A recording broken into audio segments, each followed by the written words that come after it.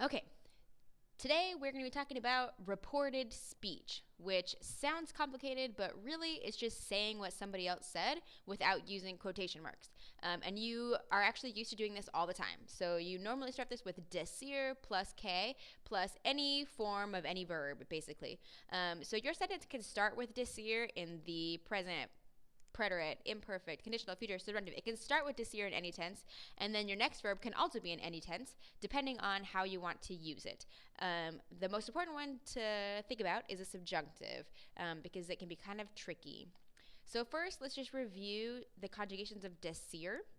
So in the present tense, yo digo, tú dices, él, ella, usted dice, nosotros decimos, ellos, ellas, ustedes dicen. In the preterite tense, it's irregular. Hopefully you remember the yo dije, tú dijiste, él, ella, usted dijo, nosotros dijimos, y ellos, ellas, ustedes dijeron.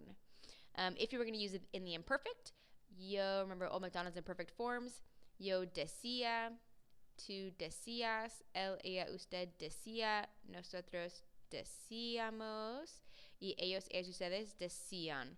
So remember, decir means to say or to tell, depending on how you're using it. So present tense, I say or I tell. Preterite, I said or I told, like one time. And then decía, I used to say or I always said or I always told. So your sentence can start with any form of decir, and then, like I said, any form of the verb over here, and it depends on context. So in the first one, we're going to use the present tense. So mi mamá dijo que, so this is in the past tense, but I can use the present tense here depending on my context. So the present tense of ir is going to be va.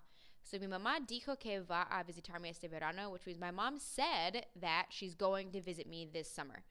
So here I can use it with the preterite. So mis amigos dijeron que. The preterite for ellos, for visitar, would be visitaron. Mis amigos dijeron que visitaron a Cuba el año pasado. So my friends said that they visited Cuba last year. With the imperfect, mi esposo dice que. The imperfect of tener would be tenía. Pelo rubio cuando. The imperfect of ser would be era. So mi esposo dice que tenía pelo rubio cuando era un niño. So my husband says that he had blonde hair when he was a kid or a child. With a conditional, ustedes me dijeron que, conditional of estudiar for ustedes would be estudiarían para el examen. So you all told me that you would study for the exam. And lastly, because I couldn't fit future on the last slide, the future tense. Mi papá dice que. The future of venir is irregular. Remember, it goes to vendra. And the future for él would be vendrá a mi fiesta de cumpleaños. So my dad says that he will come to my birthday party. So again, you could use any tense of decir and any tense of verb over here. It just depends on the context of your sentence. The most important thing that is difficult is with the subjunctive. So reported speech versus an indirect command. For example, tu mamá dice que comes una araña. So your mom says that you eat or are eating a spider, which is horrifying.